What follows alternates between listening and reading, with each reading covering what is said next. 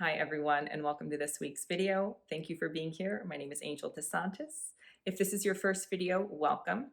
Long story short, grew up in the Children of God. I make these videos on religious trauma and I have a religious trauma course which I will link below, and please click like and subscribe. This week I wanted to talk about the things that hold us back and how I work through them. And I had a few of you also reach out, which thank you for reaching out. I really enjoy your questions because it gives me something to talk about. And I also really enjoy interacting with y'all. But I had one interaction that showed me where I was still stuck in these last few weeks. And then I also had somebody reach out and ask me what I do when I get stuck as far as the work is concerned, the emotional and mental work of processing religious abuse or working yourself through religious trauma. So I want to start with my response to this person. And this person had reached out to me on Instagram and said, do you ever just get exhausted? Do you ever just have nothing left when it comes to processing through the religious trauma and what you've been through and things like that? Like, are you ever afraid that you're going to do badly in therapy or you're going to do badly when you're journaling?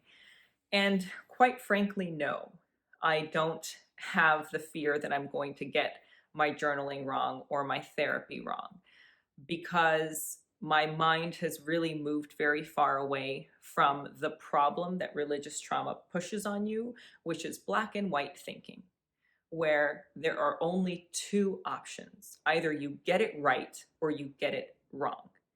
And either you are like healing correctly or you're doing badly at it and you may as well stop, or you're making the right choice or the wrong choice. And with life has like 17 good choices and 17 questionable choices that you can probably course correct to a good choice. So again, the question isn't, is it good or bad? Am I doing good at journaling or am I doing bad at journaling? If I answer a question, is it a good answer or a bad answer? It's just an answer. And the answer shows me the structure of what's inside of me. And that is what I want to know. I want to know how I think and how I feel. And so that's why all these therapies are useful, is to expose the scaffolding of your mental like thought patterns, and also the structure or lack of structure in any case of your emotional webbing or emotional support that you have inside of you. So my response to this person was like, look, if you ever feel stuck, if you find a journal question and you don't know how to answer it, write down 3 bad answers, you know?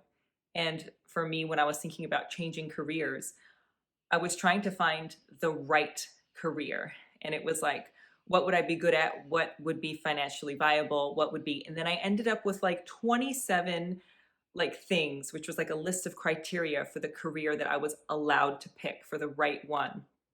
And if I had just written out 27 things that I wanted to do or 27 things that I was willing to learn, then it would have been very different mentally.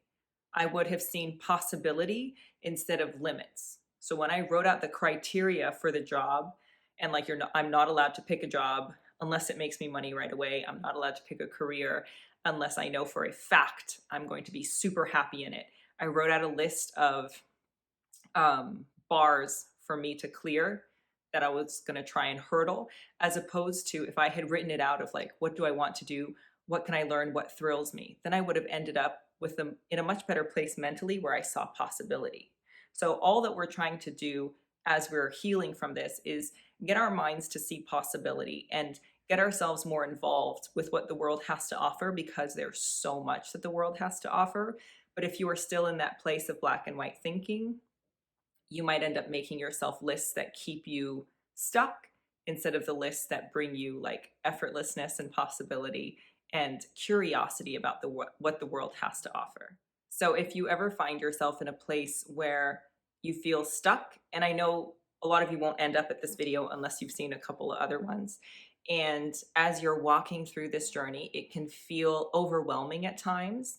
And I think it's important to step off, give yourself permission to do the journey, quote, badly, because when you do give yourself permission to do it badly, then I think it's a much more, there's a lot less pressure. There's more of an authentic struggle through than there is you trying to hit bars. Because if you go to therapy, that's good. And if you stop drinking so much, that's good. And if you know, and then again, it becomes this whole list of things of bars that you need to clear in order to like get the good certificate, as opposed to understanding that everything is possible, but who are you and what do you want? So coming back to that of just who are you and what would you like in your life? And then you can write out just like thousands of things, just list it all out. There's no wrong answer. You're just trying to find out what's possible and what you want to add to your life. So the problem, one of the, I think the biggest problems with religious thinking is black and white thinking, the idea that something is either good or it's bad. So I found that it's very helpful to, when I find those places where I feel stuck, I try and check myself of, oh, am I trying to do it the quote right way? Am I trying to be good at it instead of just doing it? And a lot of times I find that like, yeah, I'm trying to be really good about it, or yes, I'm trying to pick the right thing, and less so now. But I wanted to come on here and offer that if you feel stuck and you don't know how to answer a problem, or you don't know how to answer a question, or whatever it is, just do it badly. Give yourself permission to answer like 4 times with 4 bad answers, and then it frees you up. It frees your mind up to do the work. So that's one thing. And the other thing was an interaction that I had where I have let go of a lot of people in my life. And if you've seen my other videos, you know, in the past year, there was a period about 7 months into this channel where a lot of people were upset with me and felt free to let me know that I was a terrible person. And it's kind of that moment of like, thank you, that's your perspective, but I disagree, goodbye. But one of these people I realized I was going to see again, and that very much upset me because I am not used to being in a situation with people who have been cruel to me. My remedy for cruelty or people who are terrible to me is to not interact with them, right? So, and I have that luxury because growing up in a cult and then leaving a cult, you're shunned. You're not allowed to speak to anybody. So it's kind of a blessing and a curse.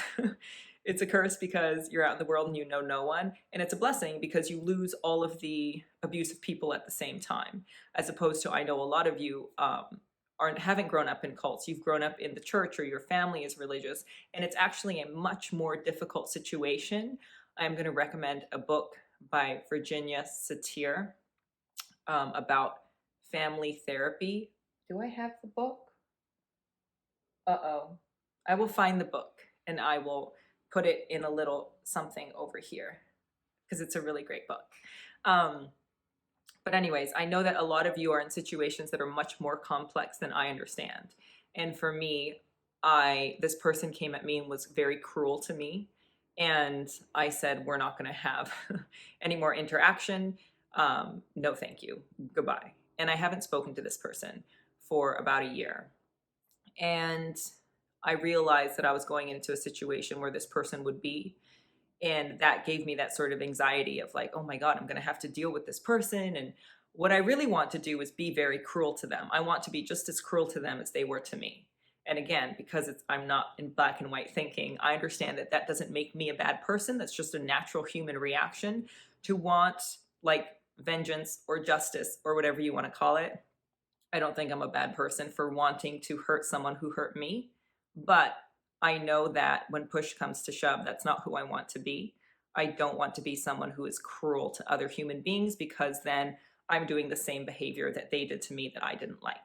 So in order to work myself through it, I gave myself permission to just write down how angry I was on paper and write down all the things that I wished that I could say to this person in this scenario where, you know, you beat them up. Because that feels good. It feels good to live in your head. And you do have that, well, not you, but I had that rage inside of me and I needed to express it. So I took time to just write out how upset I was, what the inciting incident, I guess, that I felt like they deserved to be punished over, the things that I wanted to say that were cruel, and the end result that I wanted. And once I wrote it down and once I kind of walked myself through it in my brain, I realized that I didn't want to be that person And writing it all the way down and all the way through allowed me to carry it through to see who I would have been or who I have the potential to be. I have the potential to be someone who could be cruel. And then it brought me back to that place of, okay, do I want to be that person? And no, I don't.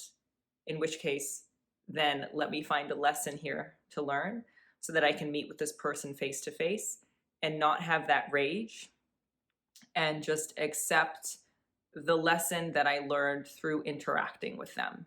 And I am grateful for the lesson. So I found the lesson. I worked myself through the rage, through the problem until I found the lesson. And the lesson for me was to not be around people who claimed to love me and used cruelty as the way to love me. And at the end of the day, I am glad to learn that lesson, because for the rest of my life, I will never again be around people who, or not be around them, but have people in my life who claim to love me and use cruelty as like, or who use love as the disguise for their cruelty. Like, this person doesn't actually love me. They want to be close enough to me to be cruel. And that's my experience. So for me, I'm grateful for that lesson. And so now going into the situation, I'm like, okay, I feel better because I released the rage. I worked through it. I let it come out. I let it show itself. And I understood that I didn't want to be that person. And I just kept going. I kept writing. I kept thinking until I found out actually who I want to be. So I hope that this information is useful. Again, I'm just sharing the things that work for me in the hopes that maybe they work for you and that they make you feel less alone in your journey. A lot of you have said that you feel less alone, which makes me so happy, because that was 100% of my intention starting this channel, was allowing others who are going through the same journey to feel less alone, because we all go through it. It's a human experience. You cannot feel things that are not part of the human experience. You're human, and if you're experiencing something, it's part of the human experience. So let yourself be in it. Let yourself like go through it. Let yourself find 17 good things and 17 bad things. Let yourself figure out what the problem is. Let yourself figure out the lesson.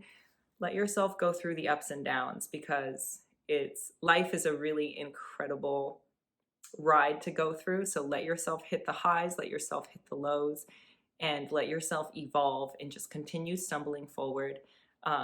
Take breaks when you need them. But again, remember that you're not doing life right or wrong. You're just doing life, and that's enough. So thank you guys for being here, and I'll see you all next time.